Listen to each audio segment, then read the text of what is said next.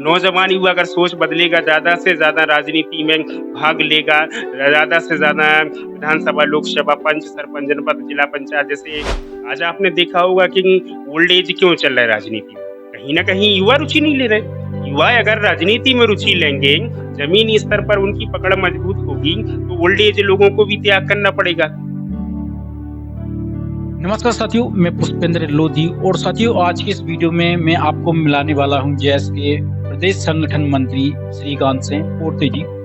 वैसे तो आपने जैस का पहले भी नाम सुना होगा, लेकिन कुछ ऐसे लोग होंगे जो उन्होंने पहले बार जैस का नाम सुन रहे होंगे और इसके काम या इनका जो उद्देश्य है उसके बारे में हो सकता पता ना हो। तो हम प्रदेश संगठन मंत्री श्रीकांत सिंह पोर्ते जी से जानेंगे। तो पोर्ते जी, स्वागत है हमारा इस न्यूज चैनल में। बहुत बहुत धन्यवाद आपका सभी साथियों का। ऐसे एक सामाजिक संगठन है जो आदिवासियों के लिए काम करता है। इसका उद्देश्य है 5वीं 6ठी अनुसूची कैसा एक्ट है, आदिवासियों को जो निचला तबका है, चाहे कोई कस्बा में, क्षेत्र में, नगर में अगर रहता है तो उसके उत्थान, उसके विकास के लिए काम करना एक देश का उद्देश्य है। और मध्य प्रदेश सरकार ही नहीं, सरकार की तमाम प्रकार की योजना, चाहे वो केंद्र की हो चाहे राज्य की हो, सरकार की तमाम प्रकार की योजनाओं का लाभ दिलाना ही जैस का उद्देश्य है। और हमारे जो समाज जो पिछड़ा है, जो अंतिम पंक्ति में खड़ा हुआ है, जिसका आज तक देश के 75 वर्ष देश की आज़ादी के बीत जाने के बाद भी उनका विकास नहीं हो पाया है, ऐसे सभी लोगों का विकास करवाना हमारा उद्देश्य है। जैस सिर्फ क्या आदिवासियों का संगठन है या इसमें अन्य लोग समाज के लोग भी इसमें जुड़ सकते हैं या जुड़े हैं? नहीं, ऐसा कुछ नहीं है। जैसे एक सामाजिक संगठन के साथ साथ हमारे बहुत सारे कोर कमेटी में सदस्य प्रदेश में और राष्ट्र में हमारे बहुत से साथी हैं जो अन्य समुदाय से, चाहे ओबीसी से ले लीजिए, चाहे सामान्य वर्ग से ले लीजिए, जो समाज के पीड़ा को समझते हैं, जो दर्द समझते हैं, वो उस वेदना को समझते हैं, वो हमारा सहयोग करते हैं। और निरंतर ही हम लोगों के साथ हर वर्ग के लोग काम कर रहे हैं, ऐसा कुछ नहीं है। एसटी/एससी का तो हमारा वैसा ही संगठन ही है कि हम लोग दोनों समुदाय कैटेगरी के लोग मिलकर काम कर ही रहे हैं, लेकिन हमारे समय समय पर ओबीसी समुदाय के लोग और सामान्य वर्ग के लोग हमारा सहयोग करते हैं और हमारे सहयोग को संगठन के साथ। तो इसके प्रदेश मंत्री कौन है जैस के? देखिए, प्रदेश में संगठन मंत्री तो मैं ही हूँ और प्रदेश अध्यक्ष हमारे इंद्रपाल मरकाम जी हैं जो पिंडौरी में निवास करते हैं और संगठन मंत्री मैं। देखिए, संगठन की स्थापना 12-13 में हुई थी, ठीक है ना। 12-13 में इसकी स्थापना की गई थी, जिसके संरक्षक के रूप में डॉक्टर हीरालाल अलावा जो वर्तमान में बनावर के विधायक हैं उनको संरक्षक बनाया गया था। और निरंतर ही हम लोग 12-13 वर्षों से समाज की उन्नति विकास के लिए काम कर रहे हैं। उसका राजनीति में आने का प्रमुख कारण क्या है? क्यों पॉलिटिक्स ही जरूरी है? देखिए, आपने देखा होगा कि समाज का विकास हम तभी कर सकते हैं जब हमारे पढ़े लिखे नौजवान युवाओं को ज़्यादा से ज़्यादा विधानसभा, लोकसभा में भेज सकें, ठीक है ना। पढ़े लिखे नौजवान युवाओं को जो आदिवासियों के उत्थान, विकास, रीति नीति को समझता हो, जानता हो, पहचानता हो और उस परिवेश में पला बड़ा हो।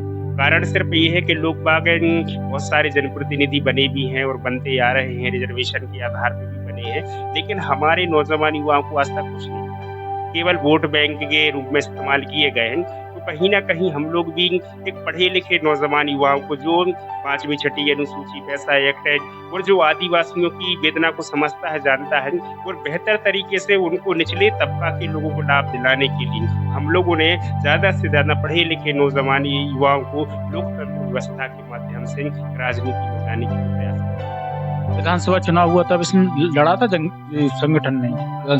बिल्कुल हमारे 3-4 लोग लड़े थे चुनाव, जिसमें अभी हमारे विधायक डॉक्टर हीरालाल अलावा जी और भाई बंडू सोलंकी जी जो विधायक हैं। मध्य प्रदेश में कौन सी विधानसभा? फुलवानी से अभी विधायक और हमारे के साथी कमलेश जो सेलाना से विधायक हमारे देश के साथी हैं, उनका सहयोग निरंतर रहा। पूरे अपने मध्य प्रदेश में कितने लोग जुड़े हुए हैं आपके इस संगठन से? अभी तक हम लोगों ने जो 2019-20 में सदस्यता अभियान चलाया था, उस आधार पर 42.5 लाख के साथ काम कर रहे हैं। 42.5 लाख लोग? 42.5 लाख। अभी यहाँ क्षेत्र में जहाँ हम बैठे हुए हैं जबेरा विधानसभा, प्रमुख समस्याएं क्या दिखती हैं आपको? प्रमुख समस्या जो अभी मुझे दिख रहे हैं कि आज भी देश के 75 वर्ष बीत जाने के बाद भी अभी भी बहुत सारे गांव हैं जो पक्की सड़क से नहीं जुड़े हैं। पानी की समस्या को ले लीजिए, चाहे सड़क की समस्या को ले लीजिए, बिजली की समस्या को ले लीजिए, शिक्षा की समस्या को ले लीजिए, पिछड़ापन की समस्या को ले लीजिए, बहुत सारी समस्या है जो आदिवासी ही नहीं सारे समुदाय की पूछी है। भविष्य में भगवान करे आपके संगठन का कोई यहाँ से विधायक बने या आप खुद बने या कोई संगठन का बने, तो कैसे काम करेंगे, इन समस्याओं से कैसे निपटेंगे? बात ये है, मैं आपसे स्पष्ट कर देना चाहता हूँ, भविष्य की बात तो मैं अभी नहीं करूँगा, लेकिन इतना ज़रूर है कि अगर जनता जनार्दन अवसर देती है, जनता अगर मन बनाती है, निश्चित ही अगर अवसर देती है, तो क्षेत्र में विकास करने के लिए हम लोग नए आयाम तैयार कर रहे हैं और विकास के लिए तो पहले से ही काम कर रहे हैं। ज़रूरी नहीं है कि हम किसी पंच, सरपंच, जनपद, जिला पंचायत या विधायक, सांसद के मोहताज हों, ठीक है ना? हम लोग तो वैसे ही काम कर रहे हैं और काम करने के लिए हमें किसी पद की आवश्यकता नहीं है। संगठन ने इतना बड़ा पद दिया है, इतनी बड़ी जिम्मेदारी दी है, उसके लिए हम लोग बिना पद के भी काम कर रहे हैं, इसमें कोई दिक्कत नहीं है। आप जाते हैं, गाँव में जाते हैं, कहीं भी जाते हैं, लोग सपोर्ट करते हैं आप लोग? बिल्कुल, बिल्कुल, क्यों नहीं करेंगे सपोर्ट? हमारे साथ देखिए सबसे ज़्यादा नौजवान युवा जुड़ा है। और लास्ट सवाल की, अभी देखा जाए तो राजनीति में वही पुराने पैंतरे चले आ रहे हैं, तो आपको नहीं लगता राजनीति में नया नया परिवर्तन आना चाहिए, एकदम क्रांति होनी चाहिए, नए तरीके से, नए मुद्दे, नई सोच, नए तौर तरीके से राजनीति शुरू होनी चाहिए पॉलिटिक्स में? एक परिवर्तन होना चाहिए। क्या है, एक बात आपने सही बोली कि हमारा जो नौजवान युवा है वो केवल पढ़ाई कर रहा है नौकरी के लिए, उसे राजनीति से मतलब नहीं है, ठीक है ना? जब तक हम राजनीति में नहीं जाएंगे, राजनीति की सीढ़ी को नहीं चढ़ेंगे, विधानसभा लोकसभा में हमारे ज़्यादा से ज़्यादा पढ़े लिखे नौजवान युवा नहीं पहुंचेंगे, तब तक राजनीति की परिकाष्ठा बदलना मुझे लगता है वो संभव नहीं है। नौजवान युवा अगर सोच बदलेगा, ज़्यादा से ज़्यादा राजनीति में भाग लेगा, ज़्यादा से ज़्यादा विधानसभा, लोकसभा, पंच, सरपंच, जनपद, जिला पंचायत जैसे छोटे-छोटे पदों में जाकर गाँव की समस्याओं को लेकर, क्षेत्र की समस्याओं को लेकर उचित प्लेटफॉर्म पर रखेगा, तो निश्चित ही विकास हो सकता है और राजनीति।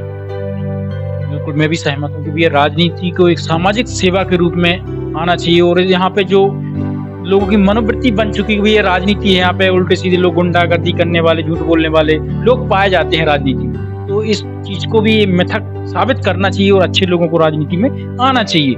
ये तभी साबित सही होगा जब युवा खासतौर से इसको ध्यान दें। बिल्कुल, बिल्कुल, देखिए युवाओं की ही है। आज आपने देखा होगा कि ओल्ड एज क्यों चल रहा है राजनीति में, कहीं ना कहीं युवा रुचि नहीं ले रहे। युवा अगर राजनीति में रुचि लेंगे, जमीनी स्तर पर उनकी पकड़ मजबूत होगी, तो ओल्ड एज लोगों को भी त्याग करना पड़ेगा भाई, क्योंकि कहीं ना कहीं एक उम्र होती है काम करने की, ठीक है ना? प्रशासन व्यवस्था 60 से 62 साल है, लेकिन आपने देखा होगा कि 70 साल 80 साल के लोग काम कर रहे हैं, लेकिन काम किस लिए कर रहे हैं? क्योंकि युवाओं की रुचि नहीं है। युवा अगर ज्यादा से ज्यादा राजनीति में रुचि करें, तो राजनीति का देखने का नजरिया बिल्कुल बदल जाएगा।